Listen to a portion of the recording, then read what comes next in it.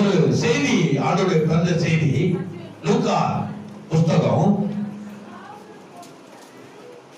2ஆம் அதிகாரத்துல 10வது வார்த்தை இப்படி சொல்லுது. தேவதூதன் அவர்களை, யாரு? மெய்ப்பர்களை நோக்கி பயப்படாதிருங்கள், இதோ பார்த்தீங்களா, இயேசு கிறிஸ்து பிறந்ததுனால ஒரு பெரிய சந்தோஷம். அதனாலதான் நம்ம எல்லாம் உட்கார்ந்து இருக்கிறோம். எல்லாரும் உட்கார்ந்து இருக்க பாருங்களேன். ஆண்டோடைய அற்புதத்துக்காக, அவர் செய்த அற்புதம். இன்னும் வாழ்க்கையில் அற்புதம் வேணும், இன்னும் அதிசயம் வேணும், இன்னும் சமாதானம் வேணும், இன்னும் சந்தோஷம் வேணும். அப்ப எல்லா ஜனங்களுக்கும் ஒரு மிகுந்த சந்தோஷம். அல்லேலூயா. இயேசு பிறந்ததுனால ஒரு சகோதர, ஒரு குடும்பத்தை நான் சந்தித்தேன். நம்ம சகோதர குடும்பம் தான் அது. சொன்னாங்க, ஐயா எங்க குடும்பம் பெரிய குடும்பம், நாங்க பல காரியங்களை குடும்பமா செஞ்சுட்டு இருக்கிறோம். ஆனா இயேசு கிறிஸ்து இந்த பிறந்த நாள்ல மட்டும் எங்களுக்கு ஒரு இடம் தெரியாது, எங்களை அறியாமலே எங்கள் குடும்பத்துல ஒரு மகிழ்ச்சி வந்துடும். நாங்க எல்லாரும் இயேசப்பா படத்தை வச்சு அந்த கிறிஸ்துமஸ்னால நாங்க கொண்டாடுவோம். அந்த மாதிரி பல குடும்பம் இருக்கு பாருங்க. பல குடும்பத்தை நான் பார்க்கிறேன். அந்த இயேசு பிறந்த அந்த நாளை எல்லாரும், இந்த உலகமே கொண்டாடுதுங்க. உலகமே கொண்டாடுது. ஏன்னு கேட்டா அது என்னன்னு தெரியல, இயேசு மேல எங்களுக்கு அவ்வளவு அன்பு. கரங்களை தேடி கத்தரை மகப்படுத்து. இயேசு மேல எங்களுக்கு அவ்வளவு அன்பு. ஏன்னா ஒரு கல்வாரி சிலுவையில உலகத்தில் இருக்கிற 200 கோடி மக்களுடைய ஆசீர்வாதத்துக்காக தான் சிலுவையில அவர் மரித்தாரு, ரத்தம் சிந்தினாரு, காயப்பட்டாரு. அதனால அவர் மீது எங்களுக்கு ஒரு பெரிய அன்பு, மகிழ்ச்சி உண்டா இருக்கிறது என்று சொன்னாங்க. அல்லேலூயா. அப்ப பாருங்க, அவங்க மாத்திரம் இல்ல, ஆயிரக்கணக்கான குடும்பங்கள், கோடிக்கணக்கான குடும்பங்கள் இன்னைக்கு ஆண்டவராகிய இயேசு கிறிஸ்துவின் பிறந்த நாளை கொண்டாடி கொண்டிருக்கிறாங்க. உலகமெங்கும் கொண்டாடுறாங்க. பாகுபாடு கிடையாது பாருங்களேன். சகோதர தத்துவம் அங்கே வருகிறது. சகோதரனுடைய அன்பு, தாய் தந்தையுடைய அன்பை வெளிப்படுத்துகிறது. அல்லேலூயா. அப்ப இயேசு கிறிஸ்துவ எல்லாரும், சில மனிதர்கள் தான் தவறு செய்து விடுகிறார்கள். கிறிஸ்துவ மக்கள் தவறு செய்து விடுகிறார்கள். அதனால கர்த்தரை யாருமே வெறுக்கிறது கிடையாது. இயேசு தான் ஒரு சொல்றாரு, இயேசு அப்பாவை எனக்கு நல்லா பிடிக்குங்க, ஆனா அந்த கிறிஸ்துவை எனக்கு பிடிக்காது. அல்லேலூயா. அப்ப பாருங்களேன், அப்ப இயேசுவை எல்லாருக்கும் பிடிக்குது, எல்லா மக்களுக்கும் பிடிக்குது. அல்லேலூயா. இஸ்லாமில் கிறிஸ்தவர்கள் போய் கொண்டாடி பிரியாணி செஞ்சு போடுறாங்க. என்னன்னு கேட்டா, இயேசு பிரான் இந்த பூமிக்கு அவதரித்தது மக்களுடைய நன்மைக்காக, ஆசீர்வாதத்துக்காக, சமாதானத்துக்காக தான் இயேசு பிரான் இந்த பூமிக்கு பிறந்தார்னு ஒரு இஸ்லாமிய சகோதரர் சொன்னார். அல்லேலூயா. அப்ப நமக்குள்ள எந்த பாகுபாடு இல்லாம ஒரு சகோதர தத்துவம், ஒரு சகோதரி தத்துவம், ஒரு ஒற்றுமை, ஒரு சமாதானம். அப்ப இயேசு இந்த உலகத்துக்கு ஒரு பெரிய ஒரு சமாதான காரணரா இருக்கிறாரு, சந்தோஷத்துக்கு வழியா இருக்கிறாரு, மகிழ்ச்சிக்கு வழியா இருக்கிறாரு என்றுதான் வேதம் சொல்லுகிறது. அததான் இந்த வேதத்தை நம்ம வாசிக்கிறோம். எல்லா ஜனத்துக்கு மிகுந்த நற்செய்தியை நான் உங்களுக்கு அறிவிக்கிறேன். நற்செய்தி நான் உங்களுக்கு அறிவிக்கிறேன் என்று இந்த வேத வசனம் சொல்லுது. அப்ப நற்செய்தி, இயேசு கிறிஸ்துடைய பிறந்த ஒரு நற்செய்தி ஒரு குடும்பத்துக்கு சொல்லும் பொழுது அந்த குடும்பம் சமாதானம், சந்தோஷம், மகிழ்ச்சி, ஆசீர்வாதத்தை அடைகிறதா இருக்கிறது. அல்லேலூயா. அதுதான் 1ல சொல்றார் பாருங்களேன். லூக்கா 1ஆம் அதிகாரம் 67 வாசிக்கிறேன். அவனுடைய தகப்பனாகிய சகரியா பரிசுத்த ஆவியினாலே நிரப்பப்பட்டு தீர்க்க தரிசனமான ஒரு வார்த்தை சொல்றது. என்னது? இஸ்ரவேலின் தேவனாகிய கர்த்தருக்கு ஸ்தோத்திரம் உண்டாவதாக. அவர் நம்முடைய நம்முடைய பிதாக்களுக்கு வாக்குத்தத்தம் பண்ணின இரக்கத்தை செய்வதற்கும் தம்முடைய பரிசுத்த உடன்படிக்கையை நினைத்தருளி உங்கள் சத்துருவின் கையில் இருந்து நீக்கி நீங்கள் விடுதலையாக்கப்பட்டு உயிரோடு இருக்கும் நாளெல்லாம் பயம் இல்லாம பாத்தீங்களா? இயேசு கிறிஸ்து பிறந்தனால நமக்கு பயம் இல்ல, மரண பயம் இல்ல, நோயில செத்து போயிடுவோம், பேயில செத்து போயிடுவோம், மந்திரத்துல மாந்திரிச்சு செத்து போயிடுவோம் என்கிற பயம் இல்ல.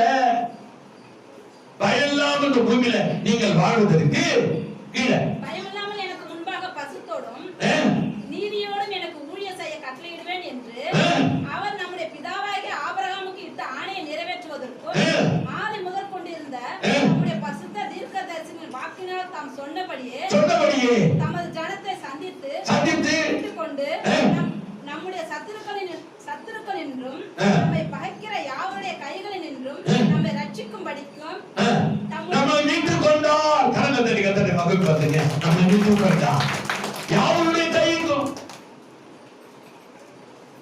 நோய்ங்கிற கைக்கும், பேய்ங்கிற கைக்கும், வறுமைங்கிற கைக்கும், கஷ்டங்கிற கைக்கும்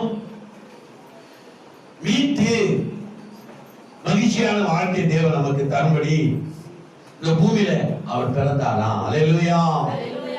எல்லா கையில இருந்து மீட்டு இந்த பூமியில நம்மளை வாழ்ந்திருக்கும்படி கர்த்தர் என்ன பண்ணாராம்? இந்த பூமியில பிறந்தார். மீட்பதற்காகவே இயேசு கிறிஸ்து பிறந்தார் என்று சொல்லப்பட்டிருக்கிறது. அல்லேலூயா. மீட்பதற்காகவே இயேசு கிறிஸ்து இந்த பூமிக்கு வந்தார். எல்லா ஜனத்துக்கும் ஒரு மிகுந்த சந்தோஷத்தை கொண்டு பண்ண சந்தோஷம். இயேசு கிறிஸ்து சந்தோஷத்தை கொடுக்க முடியும், அவர்தான் மகிழ்ச்சி கொடுக்க முடியும். கிறிஸ்துவ மட்டும் இல்ல, எல்லாரையும் அவர் நேசிக்கிறாருங்க. இந்த உலகத்தில் இருக்கிற 700 கோடி மக்களையும் அவர் நேசிக்கிறாரு. எல்லாருக்காக தான் நான் பிறந்திருக்கிறேன். எல்லாரையும் அவர் நேசிக்கிறாரு. பரிதேசத்தை நேசிக்கிறாரு, முடவர்களை நேசிக்கிறாரு, குருடர்களை நேசிக்கிறாரு, போய் தொட்டு சொல் கொடுக்கிறாரு, வரித்தோடு எழுப்புறாரு. எல்லாரையும் நேசிக்கிறவரா இருக்கிறார் நம்ம பைபிள் சொல்லுது. அல்லேலூயா. இரண்டாவது யாத்திராகம புத்தகம் 10 வாசிங்களேன். யாத்திராகம 10:10. அப்பொழுது அவன் நான் உங்களையும் உங்கள் குழந்தைகளையும் எப்படி விடுவேனோ அப்படியே கர்த்தர் உங்களோடு இருப்பாராக. அல்லேலூயா. அவன் சொல்றான் பாரு, உங்களையும் உங்களை உண்டாக்கின ஆண்டவரையும் நான் விட்டுறேன், ஆனால் கர்த்தர் உங்களோட இருப்பார். அல்லேலூயா. நம்ம ஆண்டவர் எவ்வளவு பெரியவரா இருக்கிறார். ஆனா லூக்கா 1ஆம் அதிகாரம் 72-24 சொல்லுது. வாசிங்க, சீக்கிரம் வாசிங்க. லூக்கா 1:72 வாசிங்க.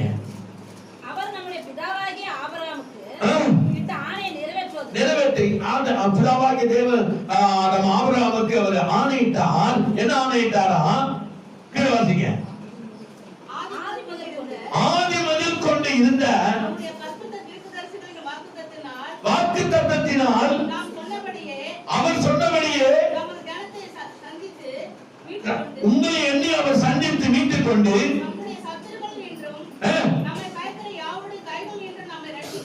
அல்லேலூயா நம்மளை ரட்சித்தாராம். நம்மளை ரட்சிப்பதற்காகவே இயேசு கிறிஸ்து இந்த பூமிக்கு வந்தார். அதுதான் எபிரேயர் புத்தகம் 12:3 எப்படி சொல்றது? எபிரேயர் புத்தகம் வாங்க அம்மா உள்ள வாங்க. கட்டப்பட்டு இருக்கிறவர்களோட நீங்களும் கட்டப்பட்டவர்களோட பாத்தீங்களா எவ்வளவு ஒரு அன்பை காட்டுறாங்க பாருங்க. அவங்க கீழே விழுந்துட்டாங்கன்னு அவங்க போது நம்ம பரியாசம் பண்ணக்கூடாதா? கட்டப்பட்டவங்க நீங்களும் போய் என்ன பண்ணுங்க, நில்லுங்க, அவங்களுக்கு உதவியா நில்லுங்க. வியாதியோடு இருக்கிறவங்களுக்கு போய் உதவியா இருங்க.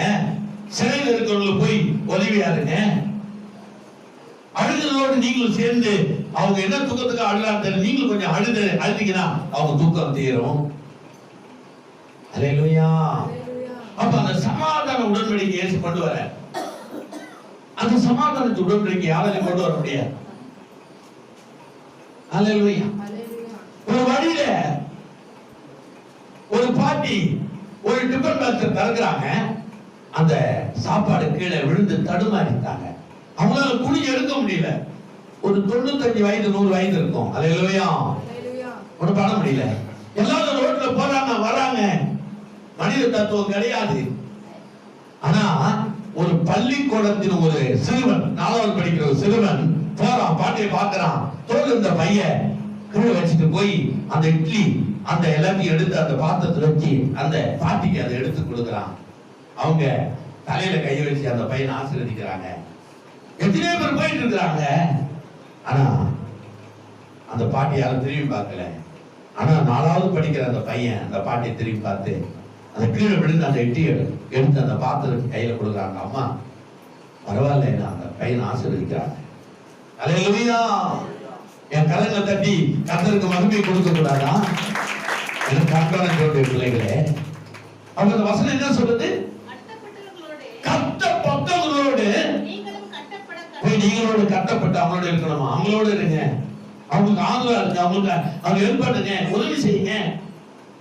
அவன் என்ன பாவம் பண்ணதில்ல, கட்டப்பட்டு கிடக்குறான். அவன் என்ன பாவம் பண்ணதில்ல, ஜெயில கிடக்குறான். அவன் என்ன பாவம் பண்ணதில்ல, ரோட்ல உட்கார்ந்து இருக்கிறான். அல்லேலூயா. ஒரு தெரிந்த பெரியவர் மரித்து விட்டாருங்க. அவருக்கு சொன்ன இருக்குது, பணம் இருக்குது, ஏகப்பட்ட பேர் இருக்கிறாங்க, பணக்காரங்களா இருக்கிறாங்க. ஆனா அவர் எடுத்து அடக்கம் பண்ண ஒருவனும் அல்ல. ஒரு பெரிய கூட்டம், அது ஒரு பெரிய கூட்டமா இருக்கிறாங்க. ஆனா அது ஒரு அனாத பிணத்தை போல கவர்மெண்ட் அதை எடுத்துக்கிட்டாங்க.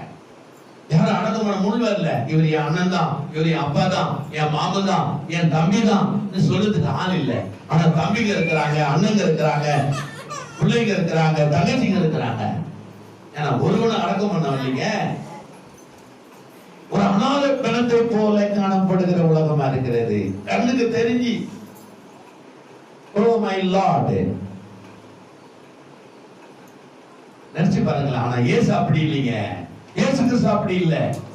ஒடுக்கப்பட்டது உதவி செய்யுங்க, பசியாறுங்களுக்கு சாதனம் கொடுங்க, தாகமுள்ளவங்களுக்கு தண்ணீர் கொடுங்க, ஆணை இல்லாதவங்களுக்கு ஆணை கொடுங்க, தடுமாறுகளுக்கு உதவி செய்யுங்க. உங்க கருத்தை நீட்டுங்க. அவங்க போய் விசாரிங்க. ஏன் அழுகிறான்னு கேளுங்க. என்ன உங்களுக்கு தேவை, என்ன உங்களுக்கு நடந்தது கேளுங்க. கடவுளுடைய அந்த செயலை மனிதறிந்து நம்ம செய்யணுங்க. ஏன்னா ஆண்டவர் நம்ம ஆஸ்வதிக்கிறார். அல்லேலூயா. நீங்க முன்னர் அதாவது உதவி பண்ண ஆள் இல்லை. ஆனா செய்கிறவர்களை தேவன் நிச்சயமாய் ஆசீர்வதிக்கிறவராக இருக்கிறார். 3வது வசனம் சொல்லுது பாருங்களேன். 3வது வசனம் சொல்லுது, ஏசாயா புத்தகம் 11:1-3. வாங்க உள்ள வாங்க சகோதரி, உள்ள வாங்க, உள்ள வந்துருங்க. கர்த்தருக்கு பயப்படுதல் இருக்கும். இல்ல 11 ஏசாயா 11:1. ஈசா என்னும் அடிமரத்திலிருந்து ஒரு துளிர் தோன்றி அவன் வேர்களிலிருந்து ஒரு கிளை செழிக்கும். ஞானத்தையும் கிருபையையும் உணர்வையும் அருளும் ஆவியையும் ஆலோசனையும் பலனையும் அருளும் ஆவியையும் பயத்தையும் ஆவியானவர் இயேசு மேல தங்கி இருப்பார். கரங்களை தட்டி மகிழ்ப்படுத்து. ஏழை எளிய திக்கற்ற பிள்ளைகளை எல்லாரையும் அரவணைத்து ஆசீர்வதித்து 2 மீன் 5 அப்பத்தை 5000 பேருக்கு கொடுத்து மீதம் 7 கூட எடுத்து மீதம் 12 கூட எடுத்து முடவர்களையும் சப்பானிகளையும் குருடர்களையும் திருவாத நோய் பிடித்தவர்களையும் சுகமாக்கி இந்த பூமியில குஷ்டரோகிகளையும் வாழ வைத்தவர் தான் நம் ஆண்டவராகிய இயேசு கிறிஸ்து. அல்லேலூயா. பச்சைபாதம் இல்ல.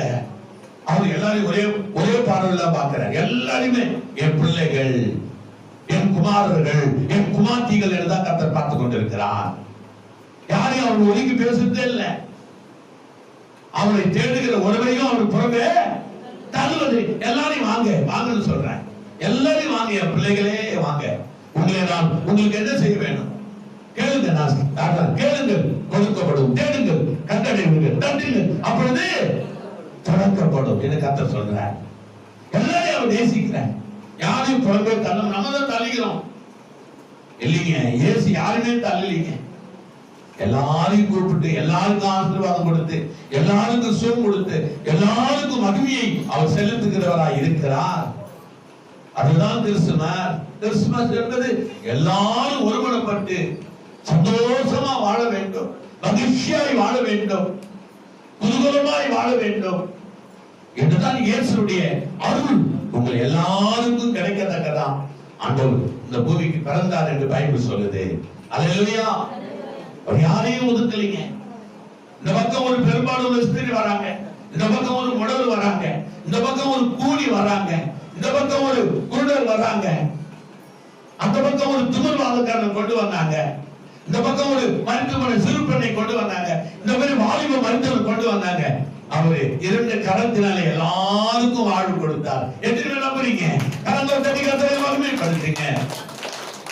அவர் எதையும் வெறுப்பதில்லை, வருத்தப்பட்டு பாடம் சுமக்கவில்லை. எல்லாரும் என்னிடத்தில் வாருங்க, நான் உங்களுக்கு ஆசீர்வதிப்பேன், உங்களை சமாதானப்படுத்துவேன், உங்களுக்கு இளைப்பாறுதல் கொடுப்பேன் என்று தான் கர்த்தர் சொல்லுகிறார். எல்லாரையும் கூப்பிடுறேன், எல்லாரும் வாங்க என் பிள்ளைகளே, உங்களுக்காக தான் அந்த பூமியில நான் பிறந்திருக்கிறேன். அன்பு சகோதரி மரியாதை கொண்டு கற்பத்திலே நான் உதித்து உங்களுக்காக நான் பிறந்திருக்கிறேன்.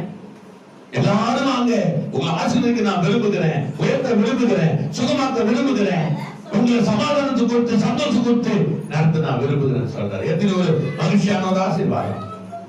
கவலைப்படாதீங்க, ஆண்டவருடைய ஆசீர்வாதம் உங்கள் அனைவருக்கும் இருக்குங்க. ஒரு வசனத்தை சொல்லி நான் முடிக்கலான்னு இருக்கிறேன். ஏசாயா புத்தகம் 27:1-4.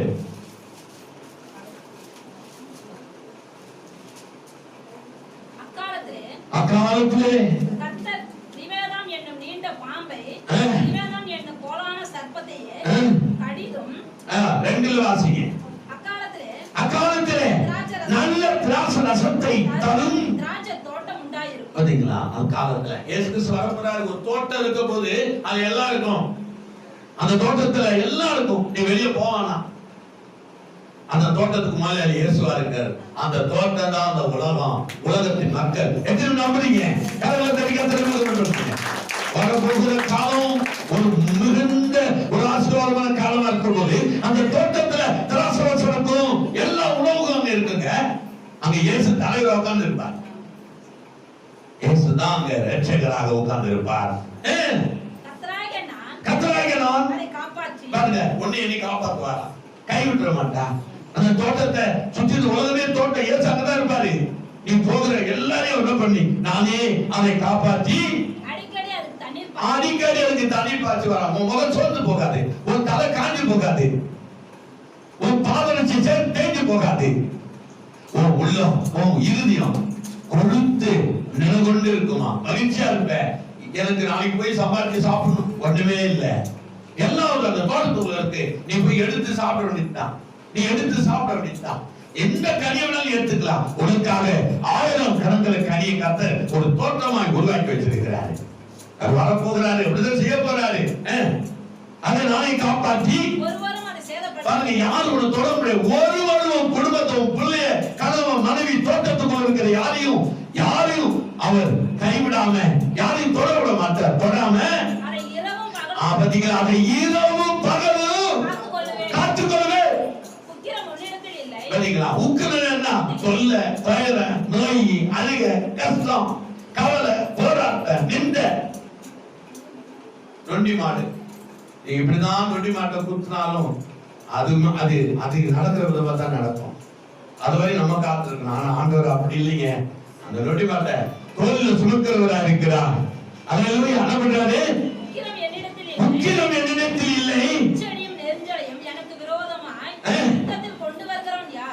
என்னிடத்திலே கொண்டு வருகிறவன் யார்? நான் அவைகள் மேல் ஏகமாய் உனக்கு உருவாக்கப்படுகிற எல்லாத்தையும் அவர் கொளுத்து விடுவார். ஒண்ணு பண்ண முடியாது. கர்த்தர் சொல்றார், ஒரு பெரிய தோட்டமா அவர் வாழ்க்கையில இருப்பார். அந்த தோட்டத்துல எல்லாம் காய் கனி எல்லாம் இருக்கு பாருங்க அந்த தோட்டத்துல. அப்ப சொல்றாரு 2:10 சொல்றாரு, என்ன சொல்றாரு? 2:10 தேவதூதன் அவர்களை நோக்கி பயப்படாதிருங்கள், பயப்படாதிருங்கள், எல்லா ஜனத்துக்கும் மிகுந்த மிகுந்த ஒரு நற்செய்தி, மிகுந்த ஒரு ஆசீர்வாதம், மிகுந்த ஒரு கிருபையை நான் உனக்கு கொடுப்பேன், கவலைப்படாத என்று கர்த்தர் சொல்லுகிறார். அப்ப அந்த ஏசாயா புத்தகம் 9:6 சொல்றாரு, நமக்கு ஒரு பாலகன் பிறந்தார், நமக்கு ஒரு குமாரன் கொடுக்கப்பட்டார், கர்த்தர் தோள் மேல் இருக்கும், அவர் நாமம் அதிசயமானவர், ஆலோசனை கர்த்தர், வல்லமையுள்ள தேவன், நித்திய பிதா. பாத்தீங்களா, நம்ம எல்லாருக்கும் சமாதானம், அவர்தான் சமாதானம் கொடுக்க முடியும், யாராலையும் கொடுக்க முடியாது. நம்மள எழுந்திருப்போமா? கர்த்தர் தான்